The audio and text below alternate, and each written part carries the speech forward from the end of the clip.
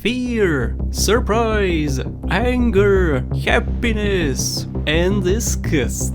The 5 emotions you guys will feel as you play the 2019 indie darling Katana ZERO.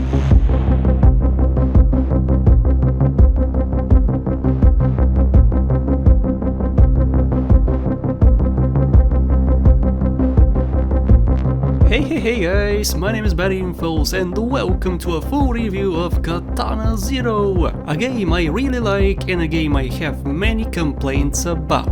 This video was possible only thanks to my tier 5 patron called Chaos Player X, who requested a review after his pledge. Thank you Chaos for your continued support. If anybody else would like to request a video by me, just like Chaos Player X did with this review and Monish Pradeep did with the full playthrough of this same game, you can join my Patreon for many rewards. So, without further ado, here is my review of Katana ZERO.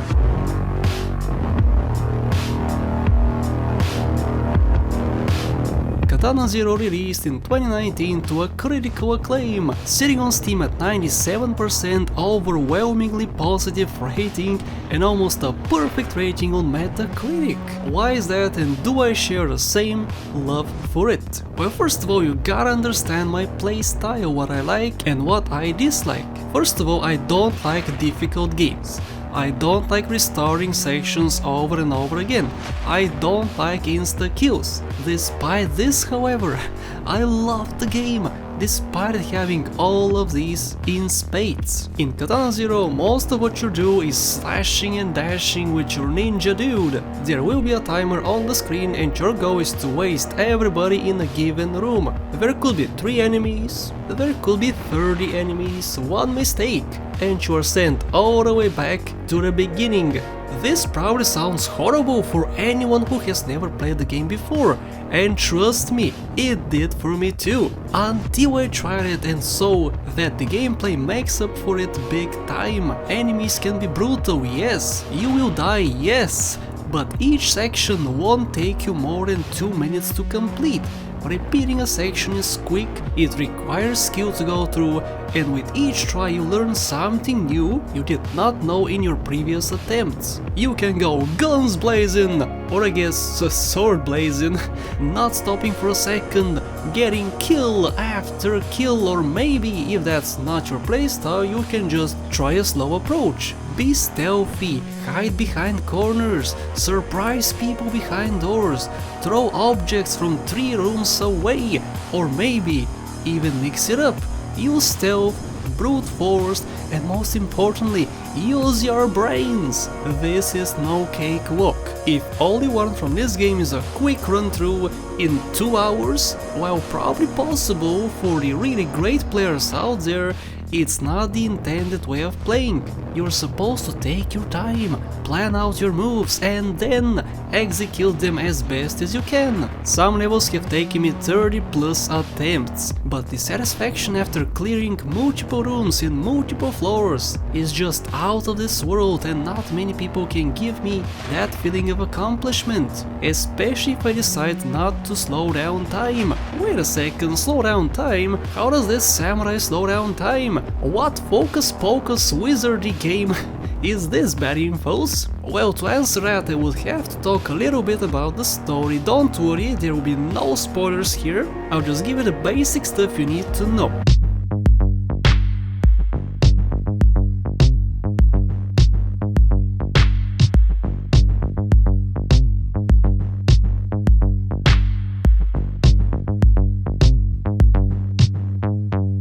You are Zero, a junkie, as this guy describes you, who is a hired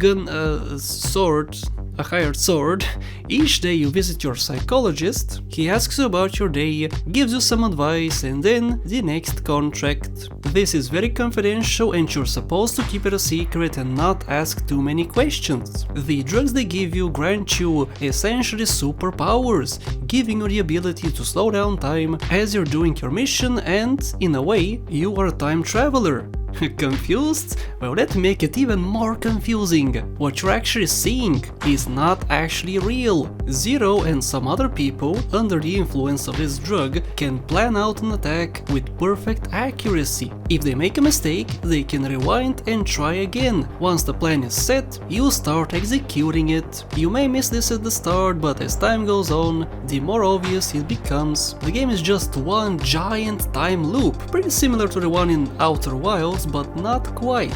Speaking of similar, however, can somebody tell me why this game is heavily criticized and often confused as being a clone of the Hotline Miami games? I mean, sure, both put you in a room, both make you waste a buttload of people, requiring perfect reflexes, but guys, that's where the similarities end. Hotline Miami does not hold a finger to how incredibly in-depth Katana ZERO is. What you do in Hotline Miami is only about, I would say, 40% of what you do in Katana ZERO, maybe even 30.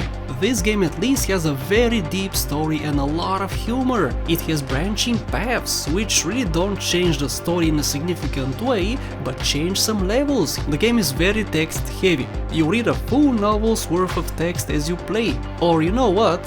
Who needs to read this much? Just skip it. If you do this in other games, most games will not react in any way to what you just did.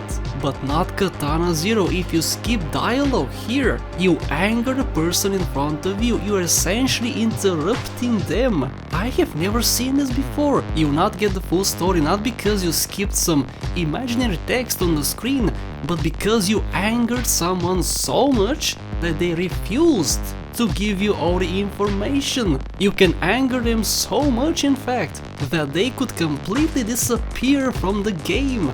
That's how impactful your choices are. In my first playthrough I was mean, I interrupted people, I made some even rage quit. The second playthrough, which is entirely recorded on YouTube, go watch it, I was kind, helped the others with more info about certain topics, and you know what happened? I got so much more out of it. It was like playing a different game, dude. The way people treated me, the humor increased, my doubt in the intentions of some characters also changed. In short, despite of the way you play first, the second time you do, you would most likely play in a different way, so the game deserves another playthrough. And you really should, because it's actually pretty short. Both playthroughs took me about 5 hours each, and I'm not even a good player. I constantly restart sections and read very slowly. For some, the playthroughs would be maybe 4 hours. And is that really a good decision to make it this short?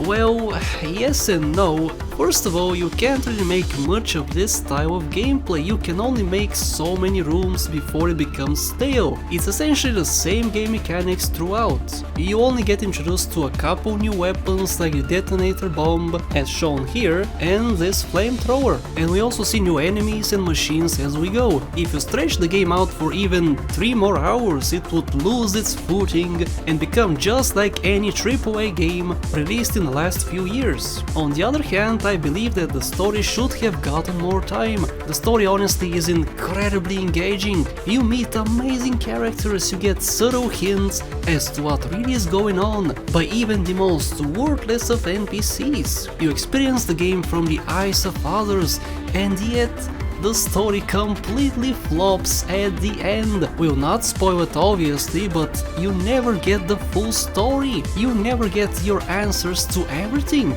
and the devs expect you to conclude it yourselves. As much as I love the game, I call bullshit on that. Look at this screen. What does it say? For you it may say, hey guys, this is your story, conclude it however you want, you are your own character, it's open-ended.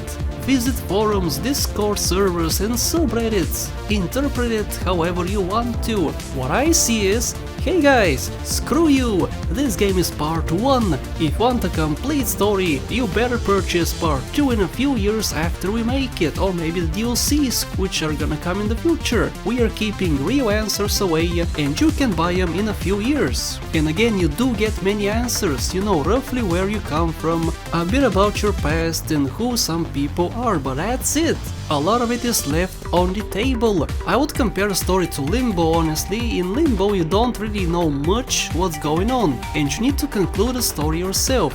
A different game inside did it even worse, because you get zero answers to anything, which also infuriates me. Don't worry, Katana ZERO is not as egregious, but it's on a thin line. It may feel like a waste beating the game a few times and still having questions. Or that could just be me, I just may prefer a complete story where everything is laid out. Let me know what you prefer in the comment sections below. I mentioned the characters briefly and I just gotta give them a few more seconds of fame here, because guys, what you see here are a bunch of pixels stuck together. How somebody could make me feel so many emotions about every single character is unreal. Minor characters like the receptionist, the casino croupier, or even Strong Terry. These people are very insignificant, but I still remember how they look and what they told me. They have so much personality despite me seeing them for only a few minutes or even seconds. Storytelling and presentation is very strong in Katana ZERO. The way they move around, how they speak. You can even hear this Gopnik's accent. Yes guys, we have a Russian who listens to hard bass, has a tracksuit and screams Russian profanity in your face. Truly perfect cast and all that, without a single drop of voice acting. They nailed this part of the game, and it's a shame that they could not capture me this well with the unfinished story. It's just a shame.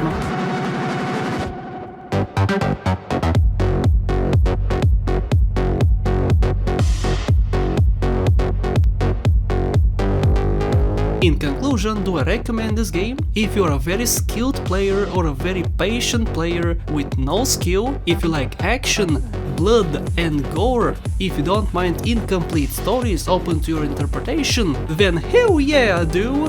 This game is for you!